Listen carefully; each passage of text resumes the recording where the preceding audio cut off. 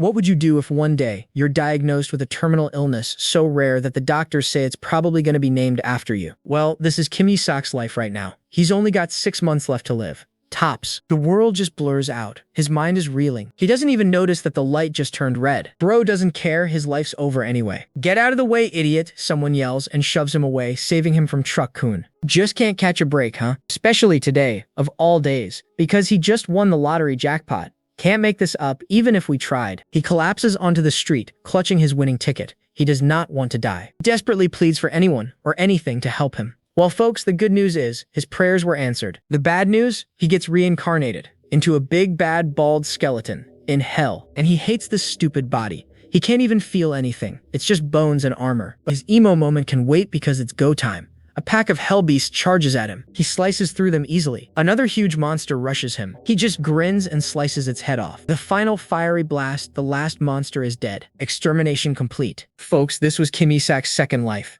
He started out as a low-class skeleton and grinded his way to the top, evolving into an undead lich. Now he's the demon world's undying king, loved and adored by all demonkind. Give him a fist bump, yo. All that adoration makes him blush. All hail King Isak, they cheer. You idiots, he suddenly yells. You're saying it wrong. My name is Isak, not Isak. After several centuries, they can't get that one thing right. But whatever, time to bust out of this joint and collect what he's owed. Fast forward to the divine realm where everyone is in shock as Isak tosses a demon head to the floor. He faces the council of 5 gods seated on their golden thrones. Okay, people, deal's a deal. I took care of the demon realm. Now make me human, he orders. Gods murmur, shocked he finished a 500-year job so quickly. What a nut job. But folks, turns out that these gods were just scamming him for free labor. They never really thought he would finish the job, you know. Losing his patience, he slams his fist down. I did everything you asked, you clowns. Why are you dragging this out? Lead god just smiles and asks if Isak could do just one more tiny thing for them. Isak goes into rage mode.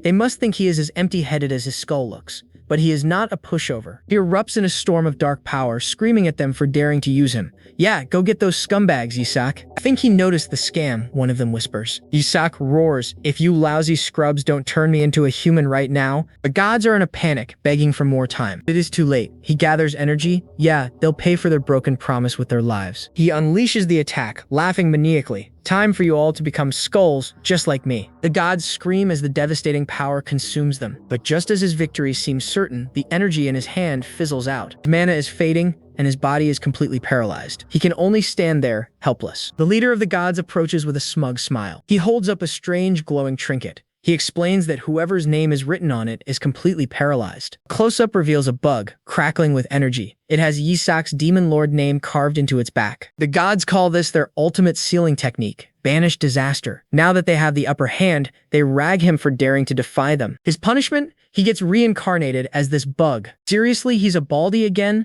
Why couldn't they have picked a fuzzy caterpillar this time? Ugh. Suddenly, the insect thing bursts into bright light. But Isak is cackling. You numbskulls. His entire body begins to glow. You should have been quicker at it. The gods panic, reaching out and screaming for him to stop. It is too late. His final message echoes through the divine realm. Eat dust, you pathetic scrubs. A blast tears through the gods' sacred hall, vaporizing everything in its path. The gods are thrown back, completely stunned. He's self-destructed. Is he insane? But in the rubble, they spot the bug on the floor. Did the spell work? A red-haired god stares at the twitching thing. Yup, looks like they were able to seal him inside. Everyone's happy because every time a demon disappears, they grow stronger. It's party time, yo. Later, they're all talking, and they agree that they can't let another disaster like Isak happen. The leader declares a new plan. He will create a perfect vessel, a saint in the human realm. This saint's purpose? To exterminate every last demon there is. He orders the others to find a proper soul for the saint's body. As for the insolent skeleton, the god picks up the bug with a sinister smile. I will torture him as a bug for all eternity. Meanwhile, in the darkness of his mind, Isak is still butthurt that he got conned by the gods. Suddenly, everything gets bright. He tries to cover his eyes, but hold up.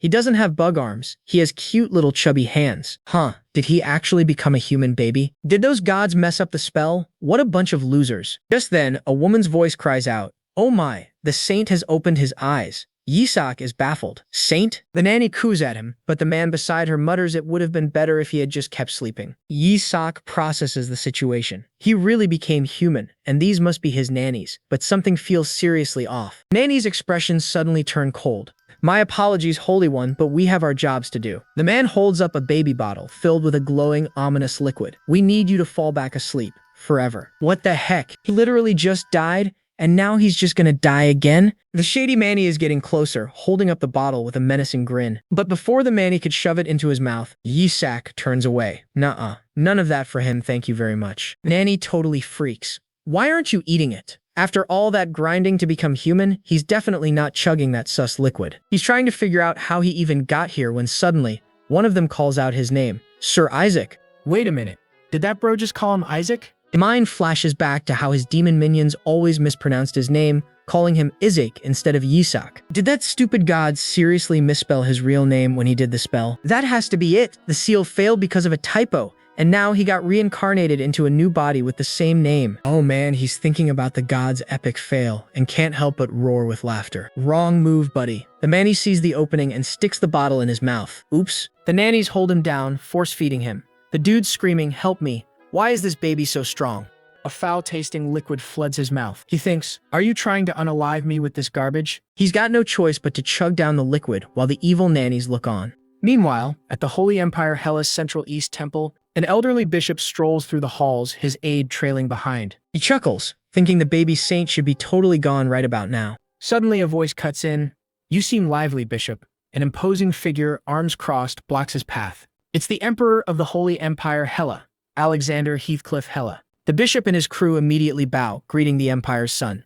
The Emperor coolly asks what business they even have there. With a smug smile, the bishop explains they're here to greet the saint candidate, saying the Holy See must be present for such matters. The Emperor's eyes narrow. You make it sound like a burden, being present just because it's the saint. He presses further. Wouldn't it be a major problem if something went wrong with the saint again under the Holy See's care? Just then, a terrified scream echoes down the hall, instantly cutting the tension. A panicked voice cries out, "The young master?" The Emperor immediately bolts down the hallway. He throws open the nursery doors, demanding to know what happened. A maid is looking utterly shocked. The young master. The Emperor's face twists with dread, bracing for the absolute worst. The young master is too cute, she exclaims. The maids are fawning over the baby. Oh, look at that angelic face. One of them even notes in amazement that he's already downed 15 bottles of the tasteless vegetable juice. Yes, that juice. The bishop can't believe it. The baby is still alive after drinking that much. His mind races, because that was not just vegetable juice. A few minutes ago, as Yisak was being force-fed, he felt that ominous energy entering his body. At first, he thought this was the end, but then he realized what the substance truly was. Holy poison. It's a poison that destroys holy power, slowly building up until it's deadly. However, there's a massive catch. This poison is made from demon mana. For a former demon king, it's the perfect, delicious meal. Giving mana made from demons to a demon like him, that's not feeding the enemy, that's catering. He decides he's going to eat up all this delicious mana baby food. So he started crying for more bottles, and the nannies, thinking he was just a hungry baby, were totally played. They happily obliged, thinking the poison will just accumulate faster. Big brain moves, right? Nice. The mana absorption is perfect. Whoever made this stuff, they totally nailed it. Alright then, with his body fully charged with mana, he knows exactly what to do next. He closes his eyes and dives into the world beyond his conscious mind. The unconscious world. He travels to its deepest part, the very source of his being. Here, in this safe inner world, he'll create a mana core. He focuses, gathering all the mana he just absorbed. He needs a mana core to use magic later, so this is crucial. But something's wrong. Is this a mana explosion? He stares in confusion. A mana core is supposed to be one of the 3 primary colors, so why is his white? But the color isn't the real problem. The sheer amount of power in this tiny, newly formed core is unbelievable. This is beyond all his expectations. Red lightning crackles around the newly formed core. He wonders just how many blessings were crammed into this tiny body. If he keeps this up, he might just become a much greater monster than he ever imagined. Back in reality, he decides to play it cool. Can't look sus, so it's time to act like an innocent, clueless baby. He puts on his best, most adorable smile, ready to charm. The bishop, however, is not amused. He glares at the baby, internally cursing, what in the world is with this little demon? He was expecting the baby to be dying, coughing up blood, but instead he's just smiling. The bishop tries to keep his cool, forcing a smile as he stares down at the baby who just ruined his entire plan. But then the realization hits him. This baby is laughing at him. Openly mocked by an infant, the bishop is absolutely livid. Bro is tilted. Let's hit rewind for a sec. A few days prior, the church bigwigs were already on the move. See, there's this prophecy that says whoever becomes saint will possess the Holy Empire, And since then, all the noble families trying to push their own kids as saint candidates. So annoying, says this long-haired dude. The bishop's like, don't worry, boss. I've handled all the other contenders. But the long-haired dude is not happy. He's heard a rumor that there's a saint candidate from House Eshwa. The bishop nervously reminds him, House Eshwa is the emperor's right hand. Nothing he can do about that. The cardinal hurls his crumpled goblet to the ground. Oh, he's probably dead by now, he mutters. Bro had already pulled the trigger to eliminate the rival. He just needed the bishop to confirm the kill. With a sinister grin, he declares the true saint must come from his own family, House Berit. Okay, rewind over. Back in the present, the bishop is absolutely losing it. He was promised a dead kid, but instead, this baby is thriving. Emperor Alexander leans over the crib, finding the whole drama interesting. He gently touches the baby's hair. It's platinum blonde, just like the Holy Empire's founder. Yisak realizes this dude is the emperor. The emperor sizes him up. This little guy looks more divine than the actual pope. He must be the final saint candidate. Wait, hold up. The brain cell finally connects for Yisak. He's a saint candidate? That explains all the saint this, saint that drama. The bishop watches, grimacing. The emperor is totally vibing with the baby, and the bishop knows he needs to stop this as soon as possible. Steps forward, fake smile plastered on, asking to inspect the child. He insists something's off, like, no normal baby eats that much. But the emperor just shrugs it off. What's wrong with a saint candidate eating holy food? He's right, yo. Meanwhile, Yisak is gloating over the irony. The Demon King is a saint candidate. Suddenly, Yisak burps and a small puff of purple demonic energy escapes. Oopsie. He's busted. He's absolutely busted. The bishop looms over the crib, eyes narrowed. He tells the emperor he just sensed demonic energy coming from the kid. A sinister, knowing smile spreads across his face. Bingo. He's found his excuse. Yisak stares in horror. The old man actually noticed his dark mana. Sheesh. The bishop concludes this baby is a fraud and demands an inquisitor get on it immediately. He reveals the pope already picked his saint, a kid from House Berit. The emperor fumes, realizing the pope is shamelessly trying to push his family's candidate onto the throne. And just like that, it all clicks for Yisak. That's why this dude is so desperate to get him out of the picture. The bishop scoops the baby out of the crib, ready to make his next play. Wait, the emperor raises a hand, voice firm. He reminds the bishop that House Eshwa are tight allies and strongly suggests he back off for now.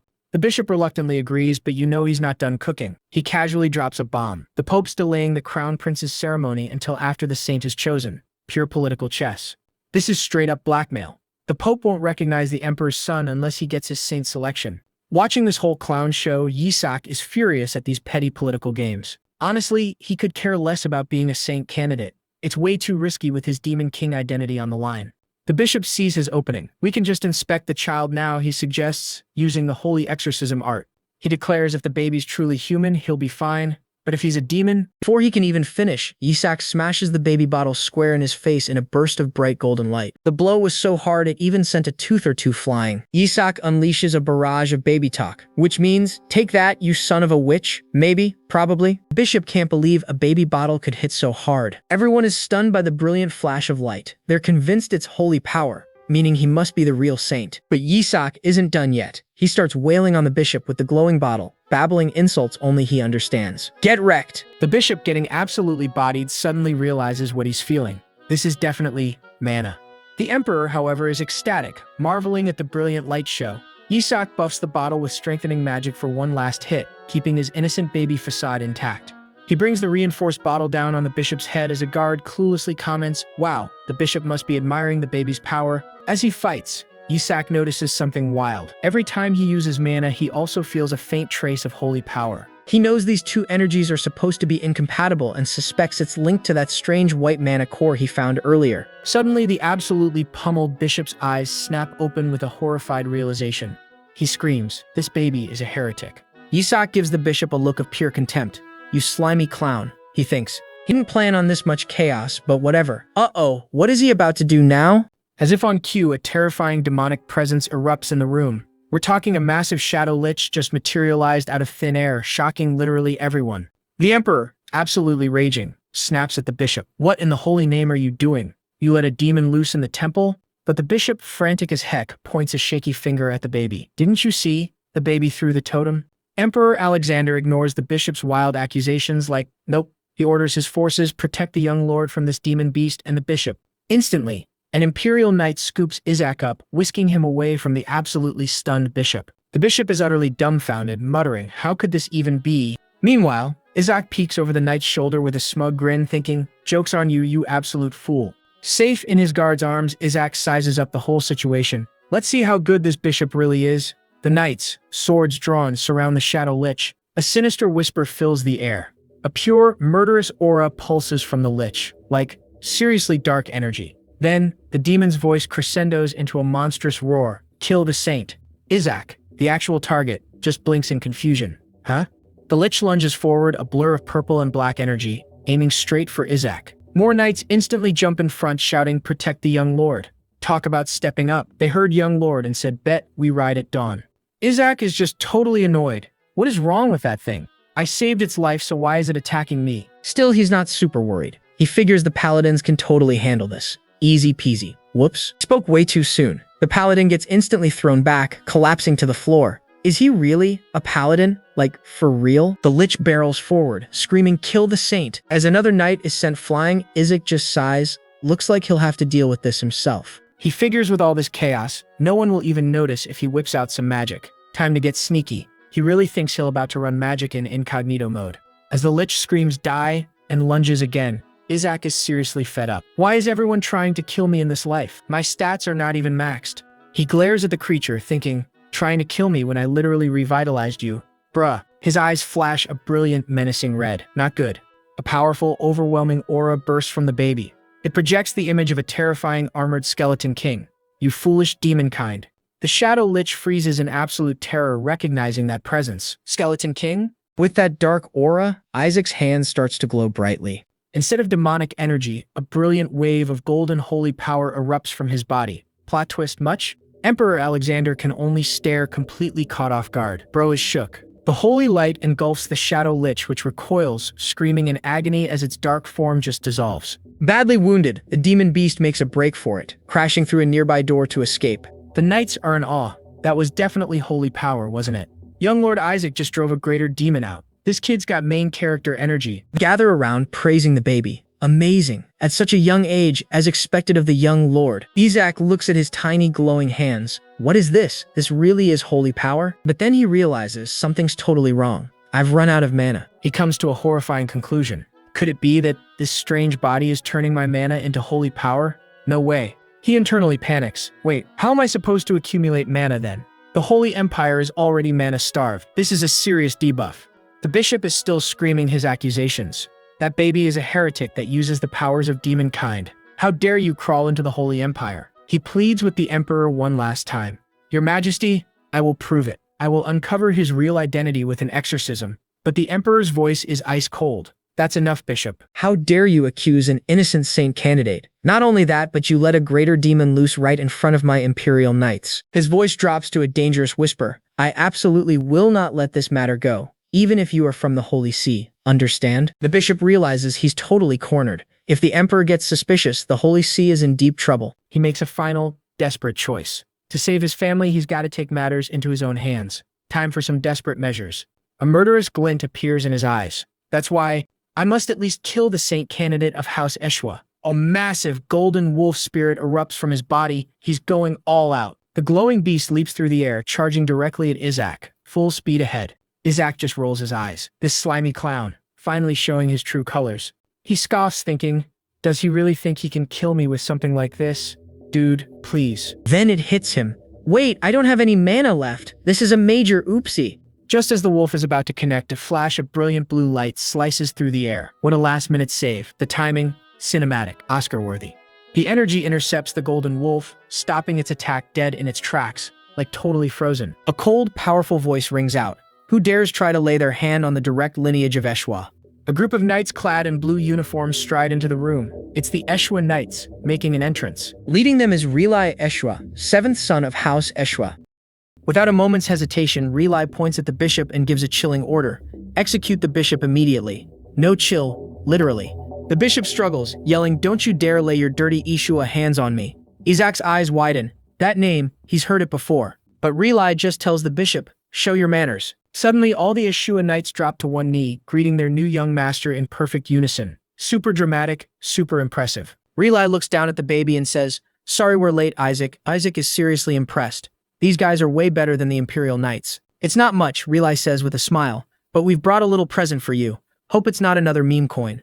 He pulls out a small, covered object. Isaac wonders if it's a gold bar. Or maybe some new gear.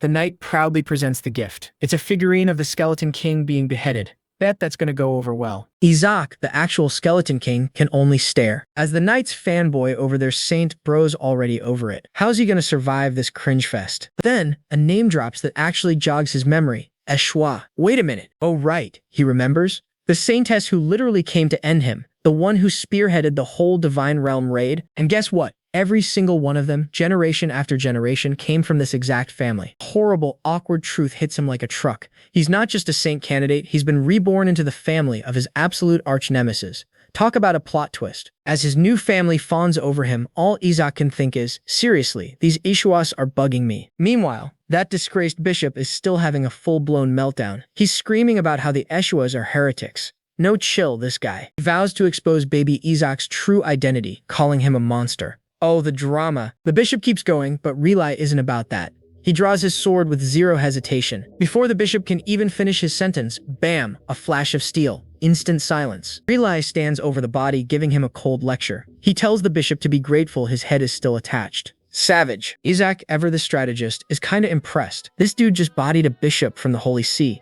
This Relai guy could be pretty useful, actually. But then another knight starts cooing over him, completely interrupting his master plan. Yeah, these people are definitely unhinged. He suddenly remembers these blue Eshwas. These guys are seriously strong. Like endgame bosses strong. Yeah, his old crew had every right to freak out when these blue knights showed up. It all makes sense now. The emperor, who's been watching this whole wild show, walks over to Relai. Drops a bombshell. The imperial palace wants to raise the kid. Say what now? Relai just scoffs, thinking it's a joke. But Isaac? He perks up. Is he getting scouted by the imperial palace? But the emperor is dead serious. He warns that everyone will be hunting this kid. Can House Eshwa really protect him? It's a fair question. Relai goes silent. The emperor's words hit different, and the weight of the situation sinks in. The emperor keeps going, explaining that even the pope will be against the kid because of his hair color. Apparently, it's a whole thing. And for the cherry on top, the emperor says the Skeleton King is after the baby. Isaac is absolutely flabbergasted. Bro, he is the Skeleton King. This is getting meta. But Relai is firm. He apologizes, but straight up says the kid is Eshwa blood. They'll raise him, period. He scoops Isaac up, confident. As for the Skeleton King, Relai declares, Eshwa can handle it. Relai then drops another bomb.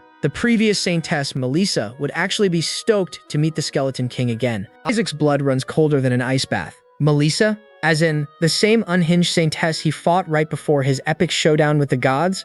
Oh no. So not only is he now in the saintess's family, but he's a direct descendant of the one who nearly permabanned him. This is a wild turn of events, folks. His life is officially a certified nightmare quest. Saintess, by the way, was basically the god's ultimate weapon. One goal, delete the Skeleton King. She was a legend, known as the Lion of the Battlefield, the Holy Empire's brightest star. Her power was so bonkers, everyone thought she'd be the one to finally take out the Skeleton King. Seriously OP stats. She had cockroach-level survivability, god-tier power, and somehow she even leveled up with every new generation. She was basically unnerfable. But her nemesis, the Skeleton King, was no pushover. He was absolutely relentless. Despite his brutal rep, he actually never full-on killed a saintess. Why? Because he knew if one died, the gods would just respawn an even more OP version. Total waste of time and effort. But that last one, Melissa? She was built different, and now she's his actual ancestor. This is just rich. As if reading Isaac's mind, Relay smiles down at him. The saintess, he says, lives only to destroy the Skeleton King. Yikes. He then proclaims that Eshwa is a super proud family, strong enough to protect the kid and execute the god's will. Big flex. Another knight dramatically chimes in about countless saintesses being martyred by the Skeleton King.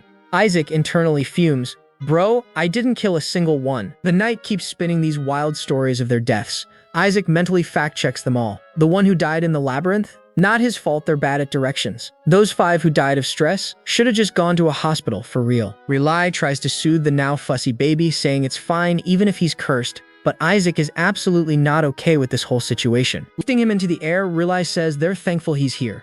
They only have one simple wish for him. Just don't grow up to be like that terrible Skeleton King. The irony here is so ridiculously thick, you could use it to farm some serious loot. To his clueless parents, Isaac can only think, my bad, I'm actually a pretty problematic guy. The Emperor makes one final plea, mentioning it's been 150 years since the Skeleton King was sealed. Isaac does the quick math. Melissa should be long gone by now, right? She was like 50 when they last fought. The Emperor argues that with demons getting buffed, the Saint is a critical asset for the entire empire, not just one house. Then he drops another secret. Isaac's mom, who is also a saintess, birthed him a year ago and then vanished with his dad. What in the world is going on? Boom, another bombshell. My mother was the saintess? Isaac is losing it. Relai quickly retorts that the matriarch of Eshwa is still around and totally capable of protecting him. Isaac can barely process all this family lore. Then a knight casually mentions Dame Melissa is currently out hunting the Skeleton King's minions. Hold up, she's alive? Isaac is absolutely spiraling. She's over 200 years old? How is she still grinding? He's beyond terrified. If Melissa finds out his true identity, he's getting insta-killed. He has to escape this toxic family, ASAP. With newfound urgency, Isaac reaches out and grabs the Emperor's finger. Time to activate his secret weapon. He flashes his most adorable high-level baby smile, silently begging, "Please, take me with you, my friend." And guess what? It totally works. The Emperor is completely captivated, 100% smitten. GG, Isaac triumphantly holds the baby up to Relai. "See, he wants to come with me. Baby 1, Relai 0. Meanwhile, under the cover of a seriously dark night, some robed figures were having a super secret meeting in the shadows. Their leader was feeling pretty smug, confident they'd still have tons of chances to strike the royal palace, even if the Emperor took the baby saint. Their vow was chillingly clear. This time, the baby wouldn't survive. Like for real. Fast forward a bit. Sunlight was streaming, and a gentle carriage rattle signaled a brand new day. And guess where our dear MC was headed? Straight to Eshwa, my friends. Our guy was totally miserable, just wondering why his life had suddenly become a hot mess. See, just a few days back, Emperor Alexander was chilling with Isaac when the baby just exploded in a blinding holy light. Relai tried to argue that Eshwa was no place for a baby. The Emperor replies with, "You must think that we are a house that only houses manacores and the corpses of demons." But Isaac was too busy freaking out, recognizing that weird light as the ultra-rare survival origin. And then Relai pulls out the ultimate family heirloom, the actual perfectly preserved body of the Skeleton King. Isaac was absolutely floored, yelling in his head, "My body? You guys had it all along? Why didn't you just lead with that?" So with this new intel, Isaac totally pivoted, going full baby charm mode, pointing and babbling to beg for a trip to Eshwa. That cuteness attack was super effective. Relai was left a flustered, blushing mess, totally nerfed by the baby charm. Back in the present, Isaac realized this trip to Eshwa was a necessary sacrifice to get his original body back. He needed that body to fight the gods, obviously. With it becoming a rank 10 powerhouse would be a total cakewalk. He also figured out that Relai's insane survival origin power meant staying with him was his absolute best shot at, well, surviving. Inside the carriage, one of the knights casually asked Relai why the holy forces were still dead set on targeting this baby. Relai spilled the tea. A divine prophecy said the saint would be adopted as a son of a god, totally destined to become the next pope. Isaac was absolutely flabbergasted. What in the world is even happening here? He thought. For context, folks, the Pope is like the absolute strongest cleric, rocking rank 10 holy spells and power that rivals even the Emperor's. Isaac finally got it. House Burritt had held the papacy for millennia. Another house getting a pope would totally shatter their power, explaining everyone's desperation. Suddenly, the carriage slammed to a halt. Uh-oh. A dude ran up to the carriage reporting to Relai they'd hit the Duchy but, surprise, had run into a problem. Their path totally blocked by 3 guards who were just not letting them through. Period. Our angsty guardian was absolutely seeing red. "You dare," he roared, "do you not recognize the insignia of House Eshwa?" But one guard just flashes some seriously sharp fangs. "Of course we aren't letting you enter," he sneered. Then, plot twist, the guards transformed, revealing they were actually demons, totally obsessed with killing the child with the saintess's blood. Isaac was straight up stunned. He'd specifically banned demons from attacking human territory. He could only assume a new demon king had taken charge. The head demon confirmed his worst fears, announcing their king had ordered all saints and saintesses to be taken out. Yikes. But then came the ultimate troll move. The demon declared they were acting under the command of none other than the great Skeleton King, Lord Isaac. Isaac silently fumed as these demons tried to bargain with the knights using his actual name. "When did I ever tell you to do that?" he raged internally. Before the demons could even finish their spiel, a flash of blue energy incinerated one of them instantly. Relai Eshwa stepped out, sword drawn. "You dare speak such nonsense in front of me," he thundered. "You won't be dying an easy death," he declared. For the sake of protecting the whole world, House Eshwa would personally destroy all evil. With a powerful battle cry, Relai and his knights charged, ready to chase these demons to the furthest depths of whatever.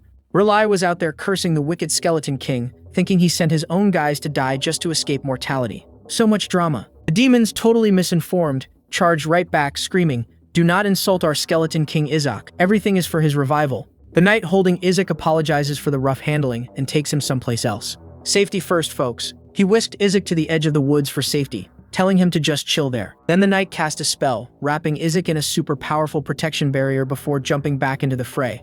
Izak checked out his temporary prison. Impressive for sure, strong enough to stop high-ranking demons, but also nothing could get out. Nice. Perfect. Time to make his move. Obviously. Survival origin activate unleash magic, he commanded. Izak started chanting some ancient incantation, calling forth an old servant, Whisper, the observing one. A shadowy creature with glowing red eyes materialized, looking absolutely stoked to see its master again. Izak quickly shushed the creature, telling Whisper it had been a minute but they needed to be super discreet right now. Whisper. Izak's sentient detection magic was totally thrilled to be back, thinking it had been destroyed with its master. Big relief, I guess. Things got a little weird when Whisper congratulated him on mercilessly stealing the body of an infant. Izak cut off Whisper's rant about dirty divine jerks, getting straight to business. Just look for enemies, he commanded. Whisper's eyes glowed, initiating enemy detection. A wave of magic pulsed out with a 100-meter radius. Radar online. It detected 88 demons. Izak was legit shocked, thinking these guys were definitely trying to start a full-blown war. Realizing this was way too big for House Eshwa to just ignore, he decided to deal with the demons himself, even if it drained all his mana. Welp, but before he could even act, Whisper dropped a surprising update. The enemy count had already plummeted to 51. The numbers kept tanking, 31 then 13, as the Eshwa Knights absolutely shredded the demon forces. Just as the numbers hit 4, a demon greets Whisper, telling him to work with the demon squad. He started screaming, "We will kill that saint today. Glory to the Skeleton King," before getting violently sliced. Oopsie. The remaining Eshwa Knights just stared, totally stunned, and probably confused by that weird ending. Inside his barrier, Izak was panting hard from the exertion. Whisper calmly confirmed, "No enemy forces left, my lord." But just as they started to chill, Whisper detected a new, seriously powerful threat, a shadow lich. The lich's voice echoed with pure menace, "You who dare to touch my king with your dirty hands."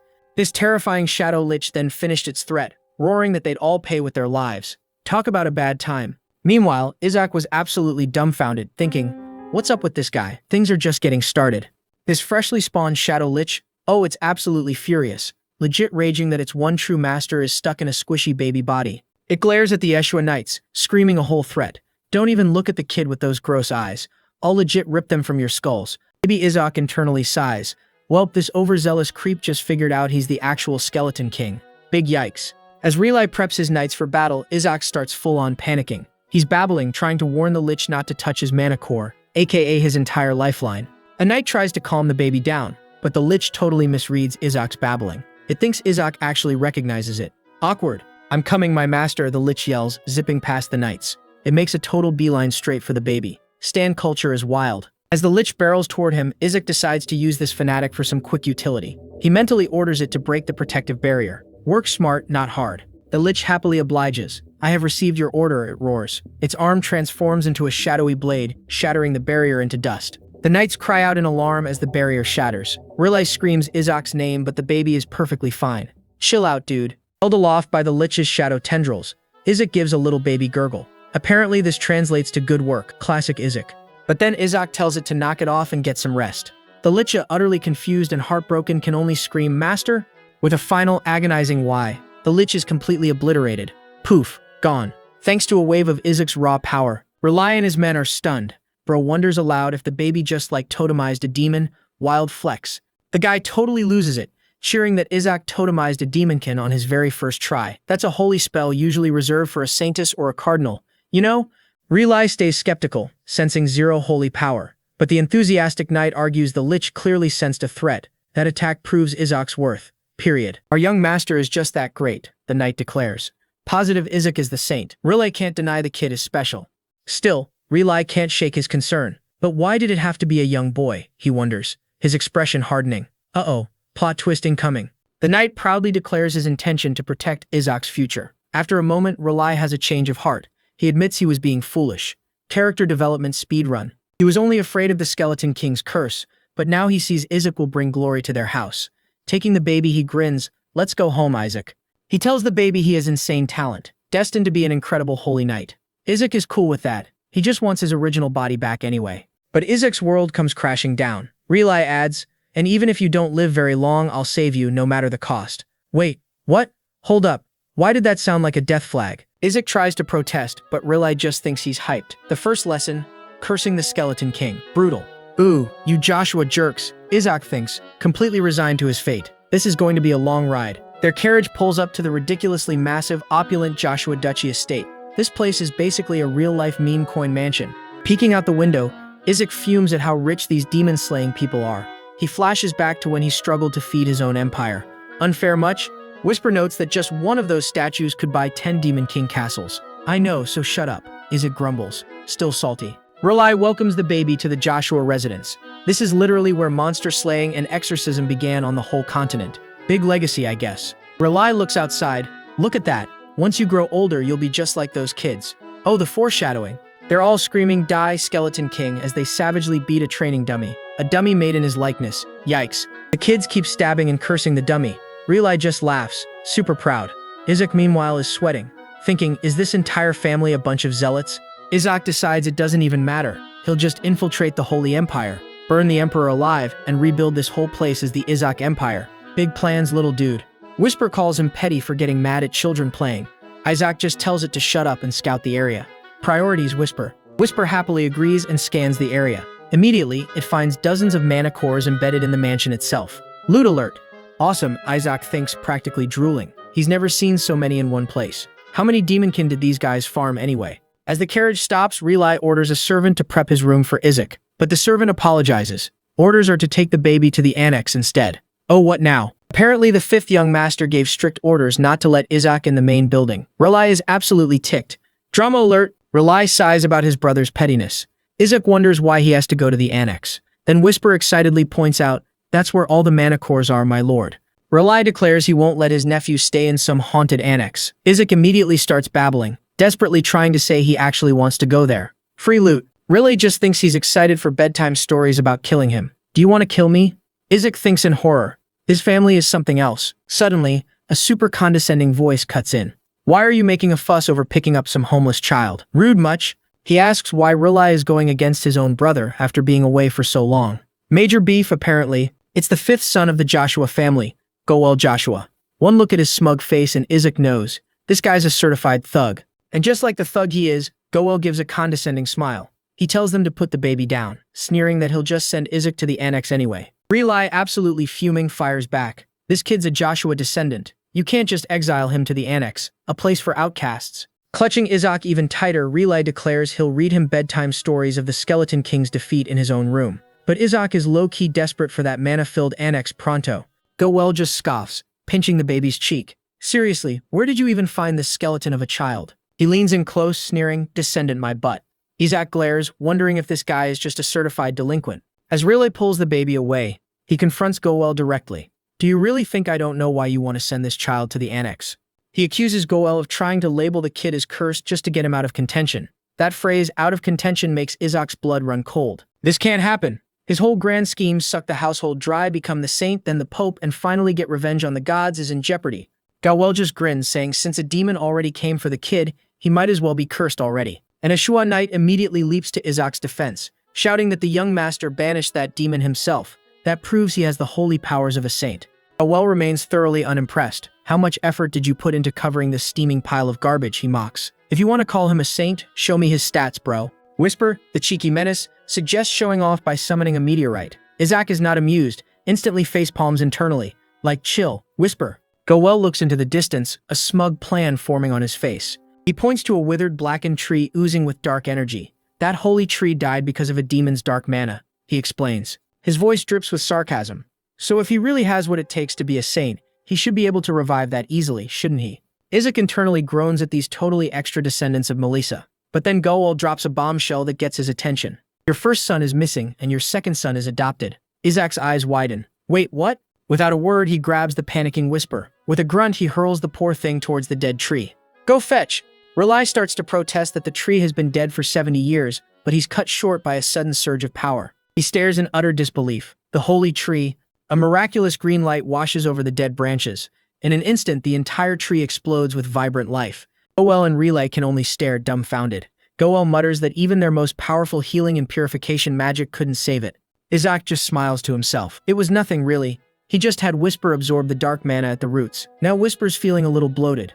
The nearby knight stammers, asking Rely what he did, but Rely, equally stunned, says he didn't do anything. The knight's gaze slowly turns to the baby. Izak lets out a tiny burp, already annoyed he had to waste perfectly good mana on a tree. The Eshwa knights erupt in a massive cheer. Whoa, Lord Izak did it. Galwell can only watch, seething with rage. You insane jerks, he mutters, unable to believe a little brat could accomplish such a feat. Ignoring him, the knights lift Izak into the air like a hero, celebrating his powers of exorcism and now purification. Galwell snaps, immediately turning his rage on Relay. You must have done this, he accuses, because of course a baby can't actually do magic, right? He grabs him by the collar, roaring that Relay must have gotten help from the missing saintess and framed the baby to make him look good. But Relay just points out the obvious flaw. How could he have met the missing saintess? Izak just sighs at the family drama. It's too much. Goel mutters that Izak doesn't even look like their brother. He'd sooner believe Relay was their great ancestor Melissa in disguise. He then adds that the baby looks almost exactly like the bastard pope. The tea is piping hot. Don't play dumb, Goel snarls. You brought that trash here to be the next saint candidate, knowing we already have one in our house. Izak's eyes light up with understanding. So there's another candidate, and this clown wants them to win. Ah, a rival. This is where the plot gets good. Whisper points out that if such a wicked bro is backing the other candidate, that rival will be super fun to crush. Izak nods. New side quest unlocked. Goel scoffs at the idea of his first brother, calling him a coward who totally ran away when the family was in danger. But Relay stands firm. He's our nephew, and the son of our first brother. He has the right to lead this house. Goel grins cruelly, pointing out that Izak is only a half-blood son of a saintess that they brought in from the outside. Besides, he adds, can we really be sure he's our brother's son? As the argument continues, Izak finally understands. This is why he's being treated like an outcast. What a wonderful life, he thinks. Goel notes that at least the baby's face takes after his mother's. Some small mercy, maybe. Before Goel can finish a sentence about selling Izak off, Relay's fist connects solidly with his face. Goel reels back, screaming, you insane fool. Did you just hit me? As the brothers fight, Izak enjoys the show. This family feud is a great way to gather intel, he thinks. The brothers break into an all-out brawl. This is perfect, Izak thinks. A house in chaos will be much easier to take over. He lets out a wicked baby laugh. Whisper brings him back to reality. Think about it though. Won't you go down with the house if it falls to ruin? Izak grumbles and tells him to shut up. Sometime later, Izak sits on a table inside the grand mansion, looking thoroughly annoyed by the whole situation. He's been brought before the family elders, who immediately start complaining. Tsk. Another boy? One asks. Izak realizes no one in this house is sane, period. Their insults quickly turn to his mother, calling her a peasant witch who birthed a useless son. Izak's fury ignites. Hey, you crazy bastards, you're going too far. Woman's voice cuts through the chatter, silencing everyone. We have decided to raise that child in a minor house that is out of the spotlight. She turns her cold gaze on Relay and asks why the child was brought to their land in the first place. Izak instantly knows she's the one behind the plot to send him to the annex. Typical. Goel, sporting a fresh bruise, snaps at Relay to answer his mother. Now it all clicks for Izak. She's that jerk's mom. Figures. Relay ignores him, coolly observing. So father isn't here. Henna confirms he's out of town, dealing with the whole saint candidate's mess. What a shame, Relay says, not looking very ashamed at all. Big cap. Suddenly a knight bursts in, announcing that Izak, the eldest grandson, has revived the holy tree. Goel leaps to his feet, screaming that it must be a coincidence. An elder agrees, saying even the patriarch couldn't fix the tree, so a child couldn't possibly have done it. Henna nods in agreement. She smiles a wicked little smile. To begin, there's no evidence.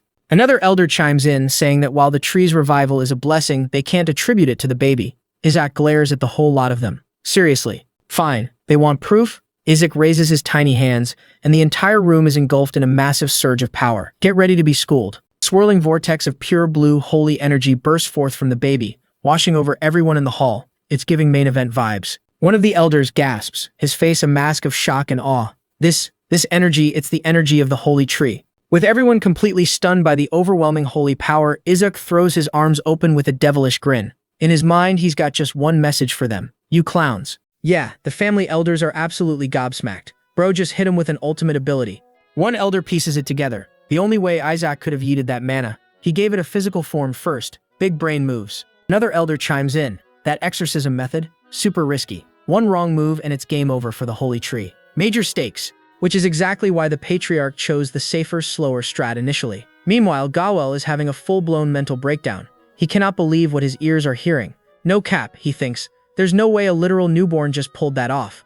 Relay confidently declares Izak must have just instinctively cleansed the mana. Beside him, Izak is thinking, bingo. You got that right, dude. Relay then rubs it in, flexing hard. This baby just did what the entire papacy couldn't accomplish in 70 whole years. Goel slams his fist down, losing it. He screams at the elders, "Are you seriously buying this absolute cap?" He completely loses his cool, shouting about how the family will be clowned forever for claiming an infant performed an exorcism. He even insults Izak's whole lineage, questioning if he's even a Joshua. Izak, meanwhile, is just casually picking his ear, looking totally unimpressed. Bro's digging for gold. Rayleigh, unfazed, calmly addresses the elders, stating with absolute certainty, "This child will become a saint. Period. He might even become the next pope." And Izak, our resident demon king with a low-key master plan, is like, "Facts. Couldn't agree more, fam." Then Rayleigh gets a little too hyped, lifting Izak like a trophy and yelling, "He will also slay the Skeleton King." Izak's internal thought bubble, "Hold up, what the heck?" The elders are totally fired up by the mention of that vile creature. But Henna Joshua just smirks. She's thinking Rayleigh is digging his own grave right now. With a confident look, she drops a bombshell. "If you're so confident, maybe we should just test him?" Sitting down with a sinister smile, she formally requests access to the Divine Relic storage. Oh, this is about to get spicy. Meanwhile, our POV changes. We're now in the northwestern regions of the Holy Empire, deep within the super ominous dark forest. A blade flashes, slicing clean through the head of a monstrous demon like butter. A silver-haired man stands amidst the carnage, casually observing, "Yep, this place was a mess too." He surveys the battlefield, which is absolutely littered with the corpses of slain demons. A long-haired knight approaches from behind and kneels, respectfully greeting him as Patriarch. The knight reports that his proxy has requested to use the Divine Relic storage. Uh-oh, news travels fast. The Patriarch assumes it's the Pope's faction, but the knight quickly clarifies, "Nope, not them." He explains that the Patriarch's own grandson revived the Holy Tree, and the proxy wants to test if he truly has those saint qualities. Stunned, the Patriarch demands, "What do you even mean? Why would there be a saint in my household?" This is Eli Joshua, the OG Patriarch. He coldly refuses, stating that only a saintess has ever survived that place. It's giving death trap vibes. But after a beat, he suddenly changes his mind. "Tell them to go ahead," he orders. What a plot twist. Suddenly, a new voice chimes in. Isaac, a woman with long white hair and a military uniform, just materializes. Spooky. It's Melissa Joshua, the scheming matriarch, a former saintess. She smirks, admitting that reviving the Holy Tree is like legitimately impressive. Melissa then drops a brilliant, totally unhinged idea. Since they're opening the storage anyway, why not throw all the saint and saintess candidates in there? Maybe some random kid from another household takes something good, even though past saintesses have failed. If someone can retrieve a certain item, it could finally be used to track down and delete the Skeleton King for good. With a wicked glint in her eye, she decides they need to put a seriously hefty reward on this bad boy. She orders the knight announce that whoever brings back the best treasure will get a reward even the Pope couldn't dream of. With a crazed, toothy grin, Melissa raises the stakes even higher. She is seriously cooking something up. "Tell them we will give them everything, and I myself will teach them the secret technique of the household." Anyway, let's get some lore real quick. The Divine Relic storage is an ancient vault, basically where secret techniques and divine relics are stashed. Only kids under 10 can enter, so it became this coming-of-age ritual for saintess candidates. They'd pick an item to predict their future powers. Kinda cute, kinda sus. But here's the kicker. The storage is super dangerous. After several candidates died in there, they were like, "Yeah, no," and sealed it up. Whisper takes over, confidently narrating, "Let's see. Our little master will totally make it out alive. With treasure, obviously." Izak, chilling in his crib, looks annoyed. "Bah. Why are you doing the narrating, dude?" Whisper teases that Izak is excited too, and Izak enthusiastically agrees. He's thrilled because his original Skeleton King body is supposedly stashed inside. A knight lifts Izak from his crib, asking if he's excited. He reveals that the matriarch has opened the storage for all candidates, not just the Joshua fam. Children from all 5 renowned households will be there, even the Pope's family. But the knight is like, "Nah, my young master's got this. Easy dub." Izak grins. The more players in the game, the bigger the distraction. It'll be that much easier to secure his ultimate loot, his body. Rayleigh playfully holds him upside down, warning him to be careful. The inside of the storage is guarded by literal demons captured from the battlefield.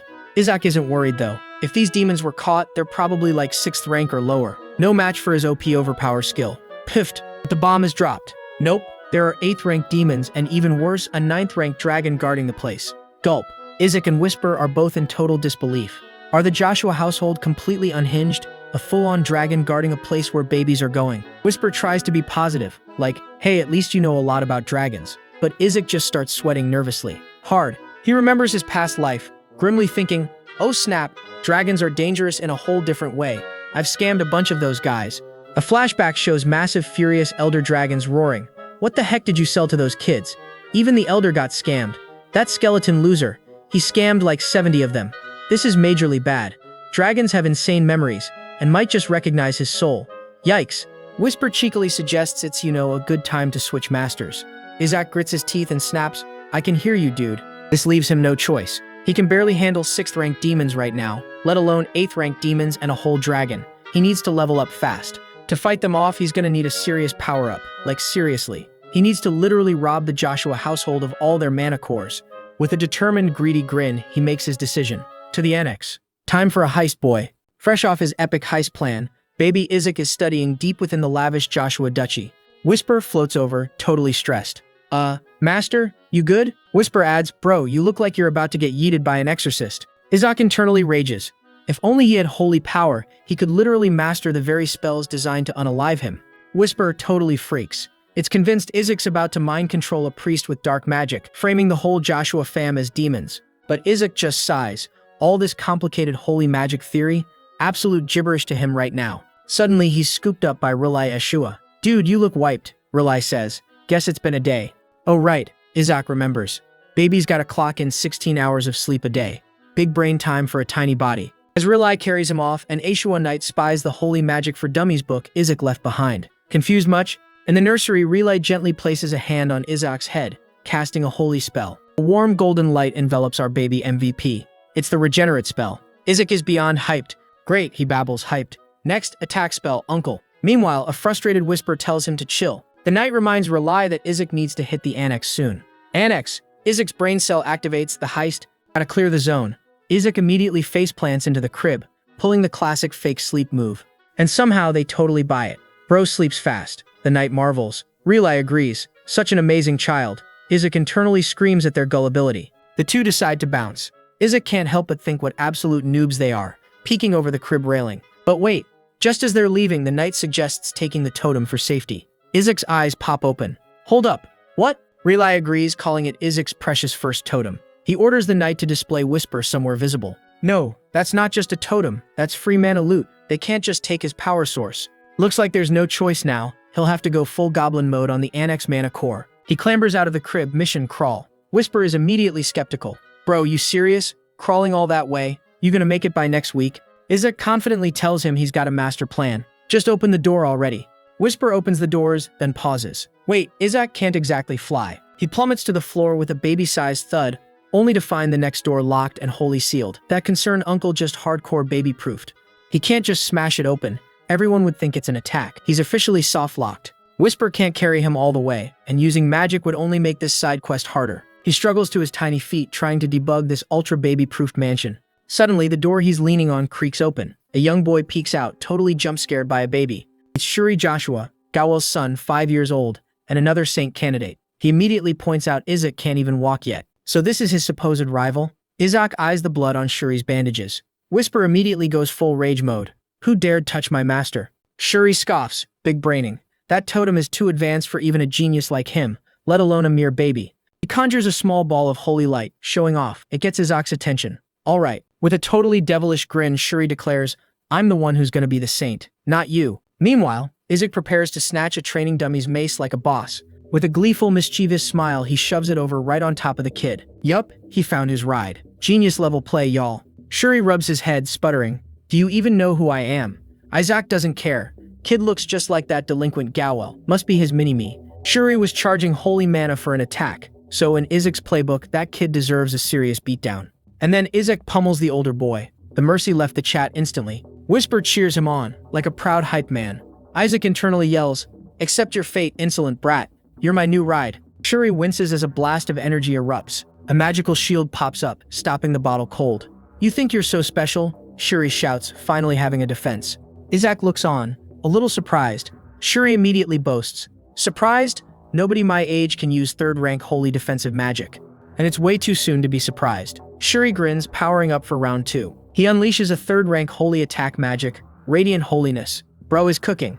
Isaac calmly watches the impressive attack, noting Shuri has already double cast it. A slight smile crosses his face. Internally, he's thinking, thanks for the mana meal, fam. The attack dissipates right before impact. Shuri's jaw drops. How's a defensive spell that big? He shrieks, completely shook.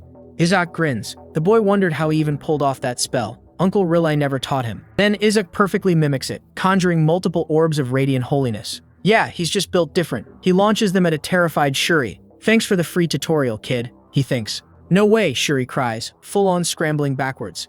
Izak just points at him, like gotcha. Shuri totally panics, yelling, wait. The orbs of holy magic slam into the ground all around Shuri, narrowly missing him but absolutely destroying the marble floor.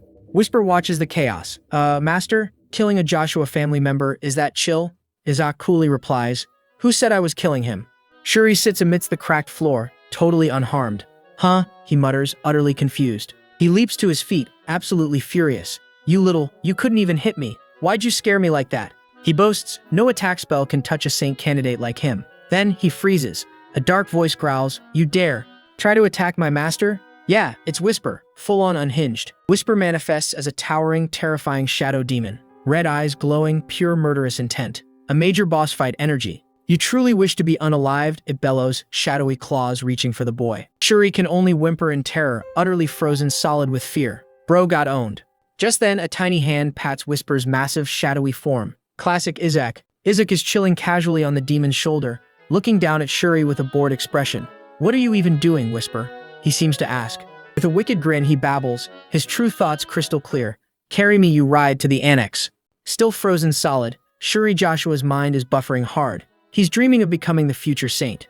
Yeah, he'll dip from this cursed family and rise all the way to Pope. Big moves, no cap. But those grand ambitions, they're on hold right now. Because bro is literally giving a piggyback ride to a maniacal baby. Rough life. Izak joyfully babbles, hiya, to the annex, and Shuri just screams internally and externally. And as if on cue, Whisper pops up. It's chilling threat? Move, or I'll tear you to shreds, bug. Terrified, Shuri's only thought is survival. He's silently begging for a save. Following Izak's chaotic directions, he sprints across the estate grounds.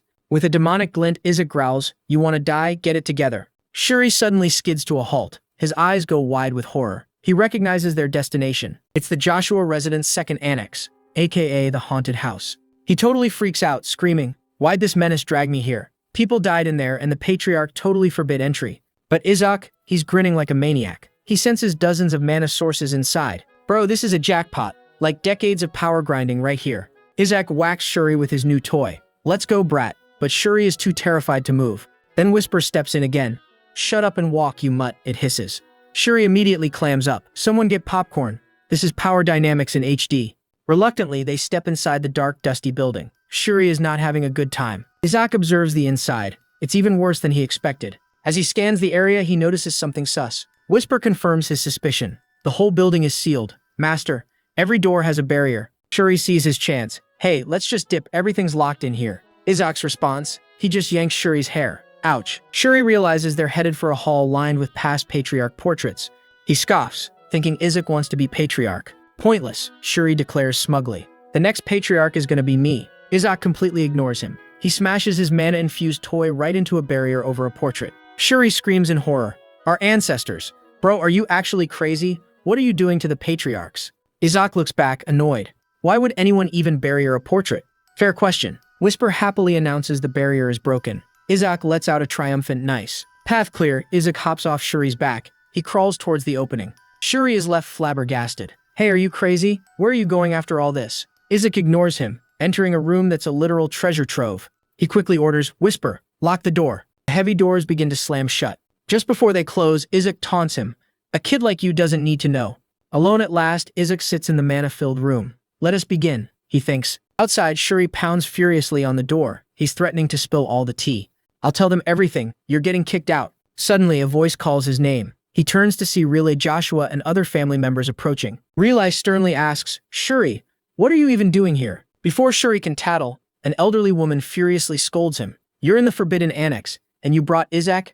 Shuri is speechless. The woman continues. Everyone saw you carrying Izak, and traces of holy magic were found in his room. She dumps all the blame on him. Shuri tries to explain. He carried the baby, but it's totally not what it looks like. Relay cuts him off. Shuri, you've gone too far. You've been harassing a toddler. He grabs the boy, demanding, where did you lock Izak? Panicked, Shuri insists he didn't lock him anywhere. He stammers that Izak went inside alone. This shocks all the adults. Relay rushes to the door, calling for Izak. The elders murmur in disbelief.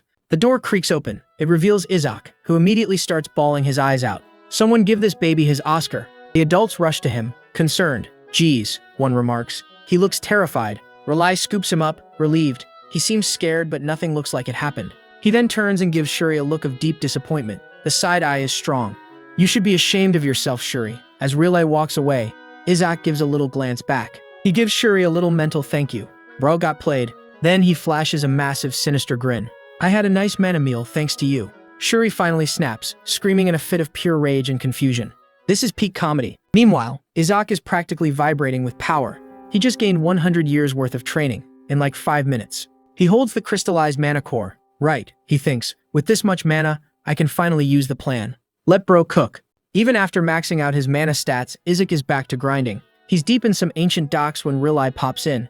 Relai gestures to a fresh face, announcing she's Izak's new assistant, a certified babysitter, probably. She's a Siley Larke, a holy knight from the Joshua clan. Bet she's strong. As Siley drops into a full kneel, pledging her undying loyalty. Talk about commitment. Izak's spidey sense tingles. He's sure they sent a babysitter to spy on him after his little field trip to the annex. Our tiny menace points a chubby finger, babbling out, "Hey you." Then he unleashes a legendary baby tantrum. He screams for her to despawn from his sight. Both Asili and Relai are left absolutely shook by this unhinged baby. But plot twist, Asili isn't mad. She turns to the baby blushing like crazy and asks if she can pinch the young master's cheeks. Izak just wonders if everyone in this family needs a debuff. Relai quickly changes the subject. He announces a gift for his beloved nephew. He opens a plain box, revealing a simple silver ring, giving off serious common item vibes. Izak is totally unimpressed. Did Relai loot this from a dumpster? Even Whisper thinks the Joshua house is broke. But Asili gasps, "That's the Saintess heirloom. No cap." Relai grins, patting Izak's head. He snagged this heirloom from the council just for him. Izak is shook. It's real. This isn't a drill. This is the Elder Ring, the OG artifact the Saintesses used to try and dunk on him. The holy power inside is straight up incredible, like A-tier levels. He knows it's a 1 or 2 shot item before it breaks, but Izak grins deviously, already cooking up a fix. He glances up and spots something that confirms his suspicions. Peeking, Goel is radiating pure, unadulterated rage. He's seething. He looks like a walking red alert. A moment later, Goel pulls a fake smile, swapping his murder face for sickly sweet charm.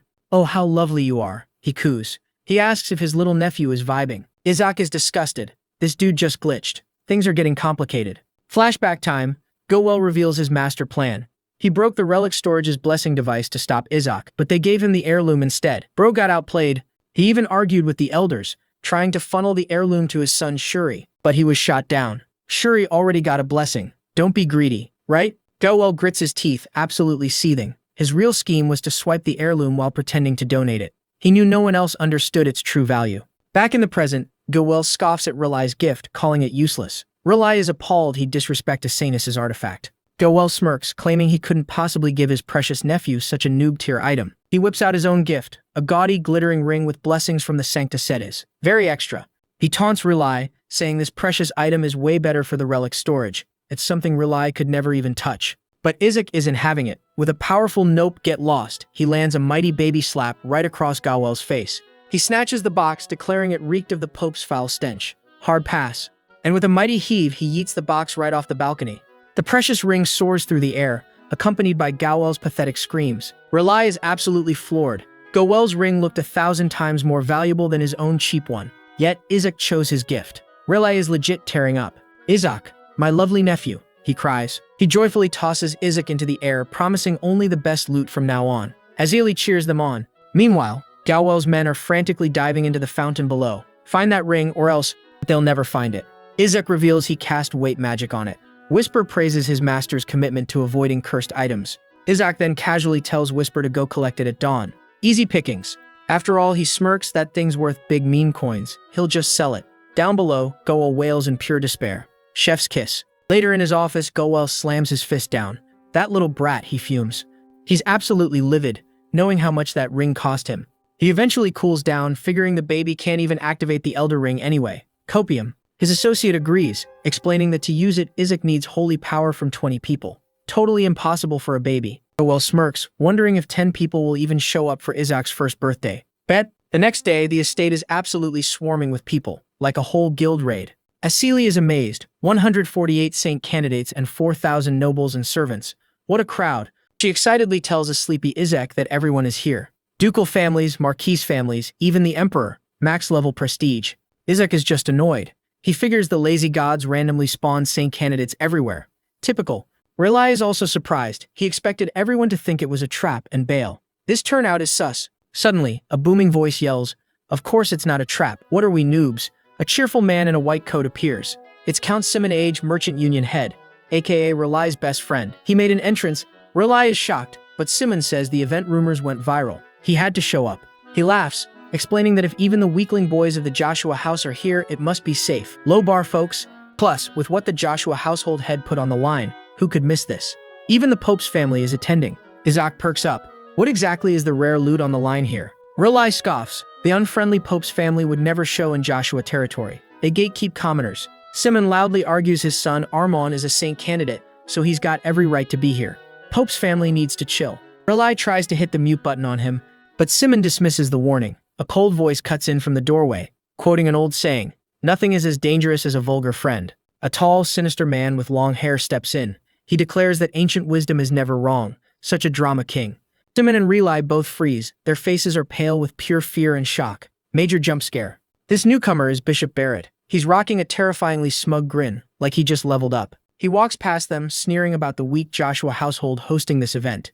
He hopes their infant can somehow clutch for the family. He glances over his shoulder, adding he was curious to see the kid who dared to be a saint candidate, but he doesn't even see him. Azili instinctively grips Isaac tighter, glaring daggers at the bishop. "Don't touch the baby." The bishop's smile widens. "Well, it is an opportunity for you, nonetheless." He places a hand over his heart, offering a chilling, totally fake prayer. He hopes the saint candidate can raise the family name. Yeah, right. A sudden chill hits Relai.